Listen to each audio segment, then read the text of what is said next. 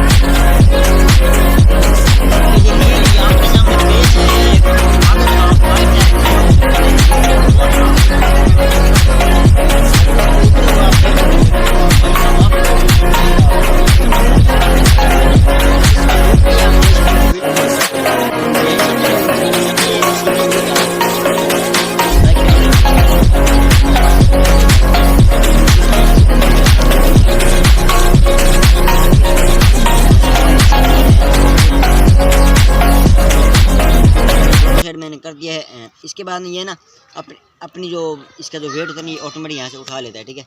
And यहाँ से कुछ इसे फोल्ड कर दिया, इसको यहाँ से ऐसे फोल्ड कर दिया है। एंड गाइस जो जब मैंने पहले प्लान बनाया तो उनकी तरह ये नहीं है, ठीक है। उनसे सारे से बेस्ट प्लान है, ठीक है। जो मैंने लगभग मैंने पता मैंने बहुत प्लान बनाए, ठीक है। उनसे सबसे ये बेस्ट प्लान है, ठीक है। तो चलो गाइस इसको ट्राई करते हैं, देखते हैं कि इसको ट्राई करने में कितना ज़्यादा मज़ा आता है। फटाफट से मैं चलता हूँ दूर है, इसको ट्राई करते हैं। आ जाओ।